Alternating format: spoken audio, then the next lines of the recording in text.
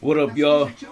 Hey, I'm gonna try to make this summer madness. I'm gonna try to make this summer madness recap as short as possible. You know, I took a lot of notes, and then the more I started thinking about all the notes I was taking, it's like, man, y'all don't necessarily want to hear about every single bar. You know what I'm saying? I know all of y'all watch all the recaps anyway. I even turned off K-Shine versus Chess because Chess got bars, man. He just don't know how to perform, man. Chess can't get through any rounds clean. So let's just start out with it. There was 7 battles tonight. 7 battles. So Holmzie the God versus Bill Collector.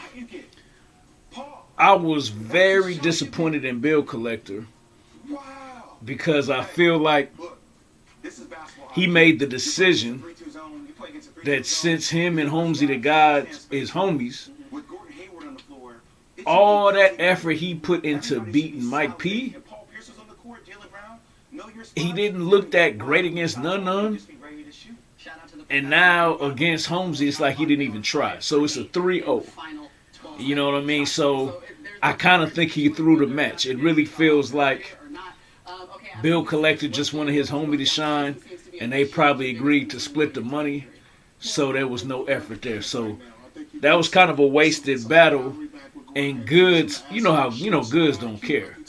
Goods said that Holmzie the God had on some Queen of the Ring Levi's, and he was pissed. He said, y'all can go hug it out backstage, but I don't ever want to see no friendly battle like that again. So you got to respect Goods for saying that because all of us was thinking that.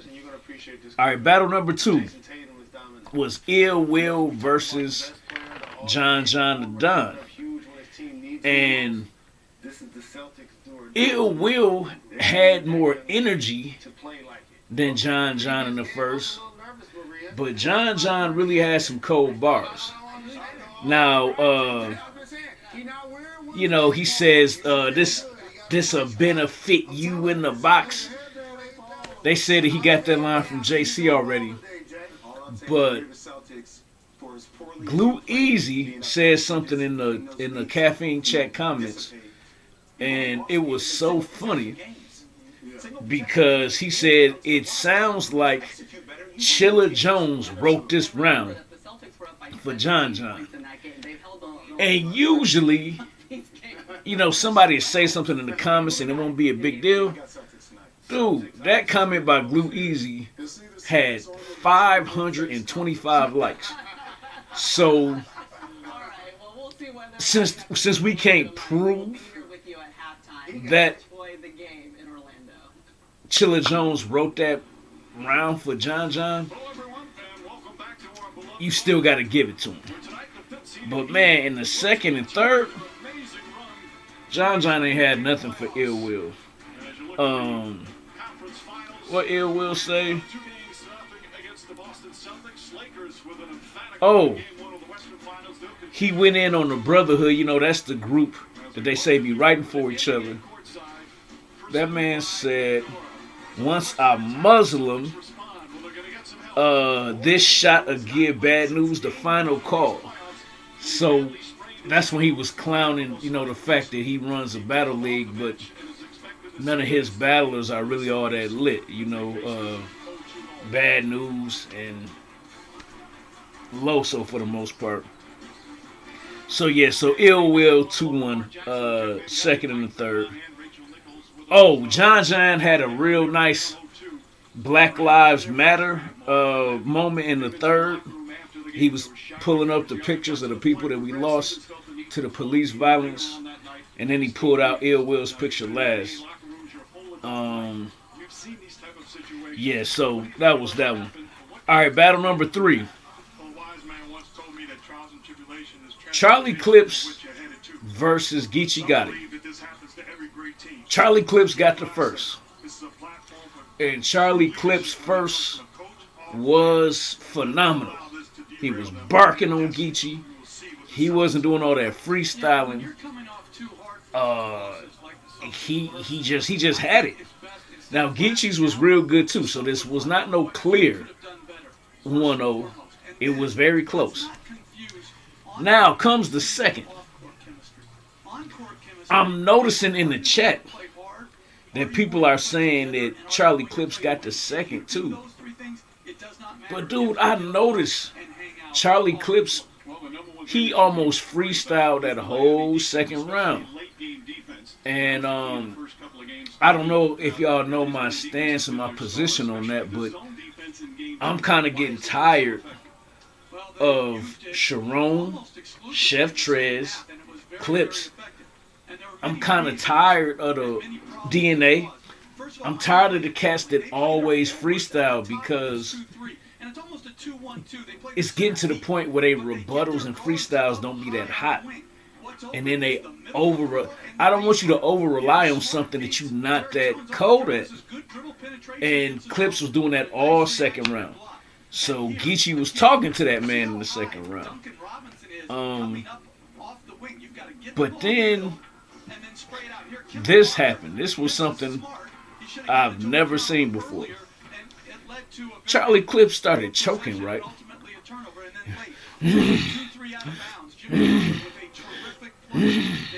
And at first I thought he was hyping himself up, like Danny Mars, like, bar God, yikes. No, I thought he was going, like I'm spitting bars, right? But then he was kind of bending over. So he's, and then it kept going on. And Geechi Gotti's like, you alright, cuz? Dude, I thought he was having a heart attack. So then he came out of the heart attack or whatever and said, I was just choking like how you should have did to Avocado. And everybody goes, oh! And I'm like, ah. But after the battle, Charlie Clips said he actually couldn't breathe. But I swear to the Almighty, the man was choking for 1 minute and 10 seconds. You know how long that is in a battle? 1 minute and 10 seconds? And they still talking about that he got it. So then third round came. And Charlie Clips does what he normally does. He told John to get up out of his seat for a second. And he stood where he was sitting on the bleacher and said, I just wanted to show Geechi Gotti that battling me is a step up. Oh, everybody going crazy. But Charlie was not that crazy except for his first round, dude. You know what I'm saying? Geechi Gotti got this, and I'm the only one who felt that way. Even the judges said Charlie Clips won. But I just think Charlie Clips is a hustler, man. He just hustles y'all. Y'all just like him. He's so likable. He make y'all believe that he won even when he didn't. So I got Geechi 2-1. All right, what else we got on here? So after that, the next battle was Reed Dollaz versus our boy from Phoenix, Arizona, Rum Nitty. Now, I'm going to show you how cocky I was about this. I took notes down on the lyrics on every battle, except for Geechi Gotti versus Reed. And y'all know why? It's because I said in my cockiness that there's no way that Reed Dollaz stands a chance against Nitty. Reed won. He won the first round, and he won the third round. And everybody's saying the first round is clear. And Rum Nitty just barely edged the second. So I even think that Nitty halfway admitted, he said, I didn't expect him to come like that. So I don't even think Nitty really wrote his best material. Dog. If you got the URL app or however they're going to put it out, because they never put these battles on YouTube anymore, you will not believe how Reed Dollaz was talking to Nitty. So that's the upset of the night. All right, and I don't really fault Nitty for that, but it was just that He just underestimated a veteran. That's all. I mean, it happens. You know what I'm saying? So now we come to Calicoe and Averb. Now, I thought I wrote some of this down, but I don't know where it is where I wrote it down. Oh, I got it right here. Averb said some cold stuff in his first, basically saying you Nintendo basics, talking about blowing the cartridges, so you know how do. He said, you guys poke your chest out, but the heart's still jello.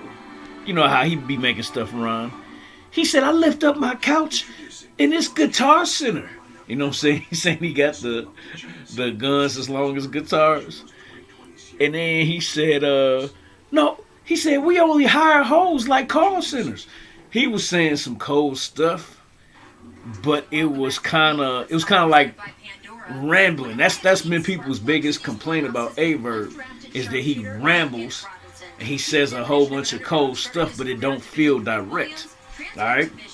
So Calicoe got right with Averb. He called him feminine. He said it's out of order how you made your St. Louis brother look like a dope fiend on stage. Then he said, give him a paint job. Welcome to Mako. He said he vegan. All I see is a sub sandwich with mayo, so he's food. Averb did his Showtime. In the second round, I told you his Showtimes just aren't effective anymore like they used to be. And Calicoe was talking to him in the second. He said, I was 12 when I found out that sandwich bags was for sandwiches.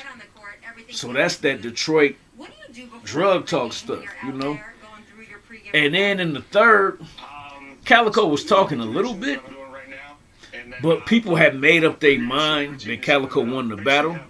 Obviously, I said he got the first two. So people was not even paying attention to what Averb was saying in his third, and he was spazzing. So, 2-1. So, that brings us to T-Top versus B-Dot, which was the last battle of the night. And I had that battle 2-1 to T-Top. Everybody had B-Dot winning. The final fan vote was 67% to 33%. But B-Dot just went on an angle that kind of makes how serious B-Dot takes the ancestors and Africa, like my shirt. T-Top just made it sound silly. You know what I mean? Not fake, just silly. And of course y'all know T-Top is an angle master. And he went on an angle about how he talk all this pro-black, use your mind education stuff, but said you lost your scholarship at Oregon State University to play running back because you couldn't keep your grades up. So he's kind of pointing out the hypocrisy sometimes of what B-Dot does. And it was a close battle, but I think that on the replay you might say that B-Dot got it, but T-Top is just cleaner. You know what I'm saying? B-Dot is rapid flow, a lot of punches, but T-Top is just a master at just making what he's saying personal, like it's directly to you. So man, I went 14 minutes. Guess that shows how long-winded I am. I told you I was gonna make it short, and still did 14 minutes. Like I said, didn't recap K-Shine because he cleaned him up in the first 2 rounds. I didn't need to see anything else. Summer Madness, pretty good stuff. And on Halloween, October 31st, we get Murder Mook and Dracula, a.k.a. Tay Rock.